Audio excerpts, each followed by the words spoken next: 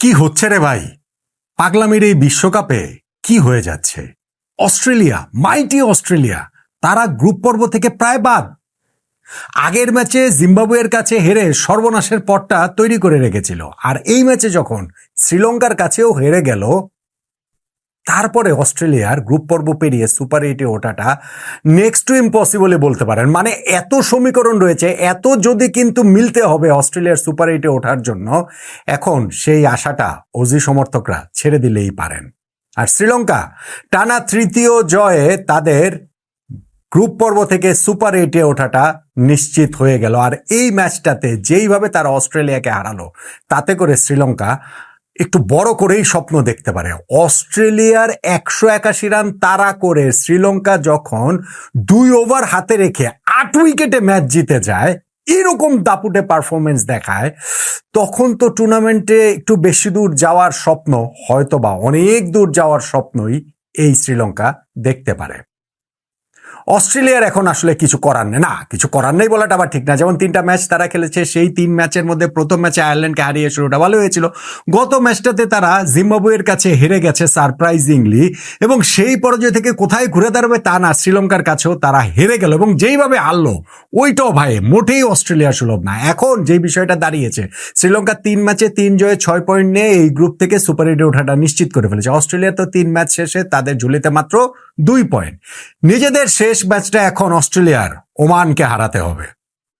মানে অস্ট্রেলিয়ার এখন ওমানকে হারাতে হবে, সেইটাও আবার একটা মানে একটু জোর দিয়ে বলতে হচ্ছে। আচ্ছা ঠিক আছে, ওমানকে নয় তারা হারালে অস্ট্রেলিয়ার পয়েন্ট কত হবে? 4। অলরেডি তো জিম্বাবুয়ের 4 পয়েন্ট রয়েছে, তাদের হাতে 2টা ম্যাচ বাকি রয়েছে। তার মানে অস্ট্রেলিয়া যদি লাস্ট ম্যাচে ওমানকে হারায়ও, কিন্তু জিম্বাবুয়ে তাদের হাতে থাকা 2টা ম্যাচে যদি একটাতে জিতে যায়, শ্রীলঙ্কার বিপক্ষে জিতে যায় বা আয়ারল্যান্ডের বিপক্ষে জিতে যায়, তাহলে অস্ট্রেলিয়ার আর কোনো চান্স নাই। আচ্ছা, জিম্বাবুয়েও না হয় ওই 2টা ম্যাচই হারলো, তাহলে তারা 4 পয়েন্টেই থাকবো। সেই ক্ষেত্রে আয়ারল্যান্ডের পয়েন্টও তো 4 হয়ে যাবে, কেননা আয়ারল্যান্ডের পয়েন্ট অলরেডি 2 রয়েছে। তারা যদি ওই জিম্বাবুয়ের 2টা হারতে হলে আয়ারল্যান্ড জিম্বাবুয়েকে হারাবে, ফলে আয়ারল্যান্ডের পয়েন্টও 4 হয়ে যাবে। শুধুমাত্র সেই ক্ষেত্রে অস্ট্রেলিয়া যদি নিজেদের শেষ ম্যাচে ওমানের বিপক্ষে জেতে, জিম্বাবুয়ে যদি নিজেদের 2টা ম্যাচে হেরে যায়, এবং আয়ারল্যান্ড অবভিয়াসলি সেক্ষেত্রে জিম্বাবুয়েকে হারাচ্ছে, তখন অস্ট্রেলিয়া, জিম্বাবুয়ে, আয়ারল্যান্ড এই 3টা দলের পয়েন্ট হবে সমান 4। নেট রান রেটে যদি অস্ট্রেলিয়া সুপার এইটে শ্রীলঙ্কার সঙ্গে হিসাবে যেতে পারে, এই সামান্য একটুখানি সম্ভাবনায় অস্ট্রেলিয়ার টুর্নামেন্টে টিকে থাকার ক্ষেত্রে রয়েছে। কিন্তু এমন কি হওয়ার কথা ছিল? ধরেন আপনি এই ম্যাচটাও যদি বিবেচনা করেন, এমন কি হওয়ার কথা ছিল?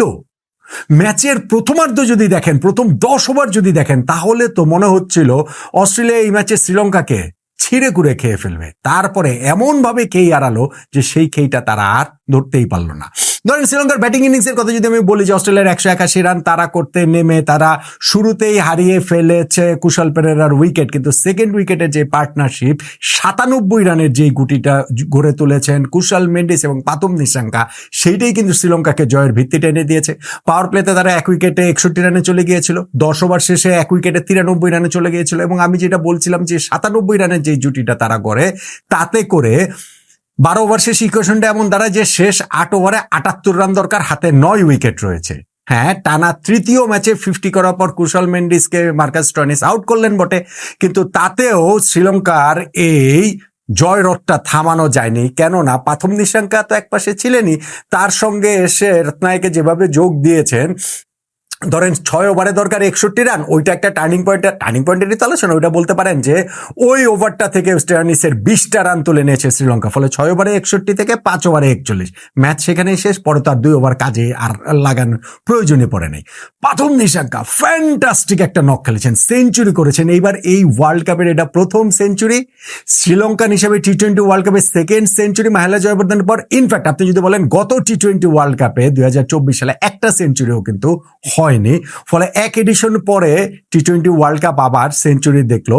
পাথম নিশাঙ্কা 32 বলে 50 করেছিলেন, তারপরে 52 বলে তিনি সেঞ্চুরিটা করেছেন, এবং করে খেলাটা খেলেছেন তিনি বেশিরভাগই সেই ক্লাসিক ব্যাটসম্যানের শটেই সেই খেলাটা খেলেছেন। যে ইম্প্রোভাইজেশন ছিল, হ্যাঁ কিছু রিভার্স ছিল, কিছু হচ্ছে গিয়ে ওইখানটাতে ওই যে স্কুপ ছিল, বাট মূলত হচ্ছে গিয়ে একেবারে ব্যাকরণ সিদ্ধ ব্যাটিংয়েই এই বিস্ফোরক সেঞ্চুরিটা তুলে নিলেন পাথম নিশাঙ্কা। অস্ট্রেলিয়ার সামনে আসলে কোনো জবাবই ছিল না। এই যে ব্যাটিং ইনিংস দিয়ে শ্রীলঙ্কা অস্ট্রেলিয়াকে এভাবে ডোমিনেট করলো, 181 চেজ করে তারা ঘরের মাটিতে সবচেয়ে বেশি রান তারা করে জয় টি-20-তে। কিন্তু অস্ট্রেলিয়া তো আরো অনেক বড় টার্গেট দিতে পারতো না? অস্ট্রেলিয়া কোথায় ম্যাচটা হেরে গেছে জানেন? ধরেন তাদের ওপেনিং পার্টনারশিপে মিচ মার্শ, তাদের ক্যাপ্টেন, এই ওয়ার্ল্ড কাপে ফার্স্ট খেলতে নেমেছেন, ইনজুরি জেরে ফেলে। স্টিভেন স্মিথ অ্যাভেলেবেল ছিলেন, তাকেও যে জশ হ্যাজেলউডের জায়গায় আনা হয়েছে কিন্তু 11-এ রাখা হয়নি। কিন্তু মিচ মার্শের সঙ্গে ট্রাভিস হেডের যে ওপেনিং পার্টনারশিপ, সেই ওপেনিং পার্টনারশিপটা সেঞ্চুরি পেরিয়ে যায়। পাওয়ার প্লে 6 ওভারে তারা 70 রান তুলে ফেলে। এর মধ্যে পাওয়ার প্লে লাস্ট ওভারে পাথিরানাকে মিচ মার্শ হচ্ছে গিয়ে টানা 5টা 4 মারেন। এবং যেটা বলছিলাম যে 9th ওভারেই তারা সেঞ্চুরি পেরিয়ে যায় ওপেনিং পার্টনারশিপে। এইখান থেকে একটা দলের রান মাত্র 181 হয় কিভাবে? হ্যাঁ, সেই পার্টনারশিপটা ব্রেক হয়েছে যখন ট্রাভিস হেড কে আউট করে দিলেন। 29 বলে 56 রান করেছেন তিনি, হেমান্তা আউট করলেন। এরপরে হচ্ছে গিয়ে ক্যামেরন গ্রিনের উইকেটটা গুলো, তাও তো ভাই 10 ওভার শেষে তাদের স্কোর ছিল 110, 2 উইকেটে। শ্রীলঙ্কা সেইখান থেকে প্রথম 10 ওভারে অস্ট্রেলিয়া সেইখান থেকে, মানে শ্রীলঙ্কার কামব্যাকটা হয়েছে, অস্ট্রেলিয়া প্রথম 10 ওভারে তুলেছে 110 রান, পরের 10 ওভারে তুলেছে মাত্র 71 রান। শেষ 5 ওভারে 6 উইকেট নিয়ে তারা ঢুকেও তুলেছে মাত্র 30 রান। শেষ 2 ওভারে তারা তুলেছে মাত্র 6 রান, 4 উইকেট হাতে নিয়েও। ফলে এই জায়গাটাতেই অস্ট্রেলিয়া পুরোপুরি এলোমেলো হয়ে গিয়েছে। হ্যাঁ, ওপেনিং পার্টনারশিপটা ব্রেক হয়েছে, আউট হয়ে গেলেন ট্রাভিস হেড, ক্যামেরন গ্রিনও আউট হলেন। খুব গুরুত্বপূর্ণ উইকেট নিঃসন্দেহে মিচ মার্শের উইকেটটা, যেটা আম্পায়ার আউট দেয়নি হেমন্তের বলে এলবিডব্লিউ শাউটে। কিন্তু শ্রীলঙ্কা ডিআরএস নিয়েছে এবং ডিআরএস নিয়ে ওইখানে 27 বলে 54 রান করে মিচ মার্শের উইকেটটা তারা পেয়ে গেল। এবং এই যে অল্প সময়ের ব্যবধানে ট্রাভিস হেড, মিচ মার্শের উইকেট, মাঝখান দিয়ে ক্যামেরন গ্রিন, এই সেটব্যাকটা থেকে অস্ট্রেলিয়া আর ঘুরে দাঁড়াতে পারেনি। তারা স্কোরটা একসময় যেটা 10 ওভার শেষেও, বা ধরেন ওপেনিং পার্টনারশিপে যখন সেঞ্চুরি পেরিয়ে যায় 9th ওভারে, তখন তো মনে হয়েছিল যে 200 তো হবেই, 220 হওয়াটাও খুবই সম্ভব, এমনকি 250 হতে পারে। সেখান থেকে তারা মাত্র 181 রান করলো। শ্রীলঙ্কার কি দুর্দান্ত কামব্যাক এই জায়গাটাতে হয়েছে। এবং যখন আপনি মাথায় রাখবেন যে তাদের প্রাইম বোলার মাথিসা পাথিরানা তিনি ইনজুরির কারণে ছিটকে গেছেন 4টা বল করার পরে, তখন শ্রীলঙ্কার বোলিং এর এই কামব্যাকটাকে আরো অনেক বেশি ইমপ্রেসিভ মনে হয়। তাহলে শ্রীলঙ্কাকে সুপার 8-এ তোলা এই জয়, অস্ট্রেলিয়াকে সুপার 8-এর ইকুয়েশন থেকে প্রায় ছিটকে ফেলা এই পরাজয়ের ম্যাচের টার্নিং পয়েন্ট কোনটা? ওইটাই। অস্ট্রেলিয়া প্রথম 10 ওভারে যে 110 রান করেছে, তা সত্ত্বেও পরের 10 ওভারে যে মাত্র 71 রান করেছে, শেষ 5 ওভারে 30 বলে যে মাত্র 30 রান করেছে 6 উইকেট হাতে থাকা সত্ত্বেও, শেষ 2 ওভারে যে মাত্র 6 রান করেছে, শেষ 4 উইকেট হারিয়ে ফেলে, এইটাই ম্যাচের শ্রীলঙ্কার কামব্যাকটার জায়গা তৈরি করে দিয়েছে।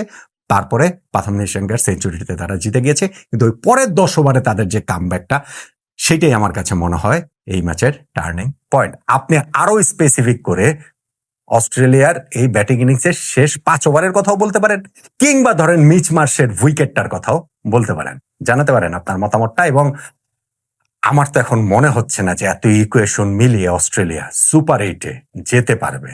আপনার কি মনে হয় অস্ট্রেলিয়ার পক্ষে আর সুপার 8-এ যাওয়া সম্ভব, নাকি মাইটি অস্ট্রেলিয়া গ্রুপ পর্ব থেকে এবারের টি-20 বিশ্বকাপ বিদায় বলে দিচ্ছে, বিদায় বলে দিতে হচ্ছে?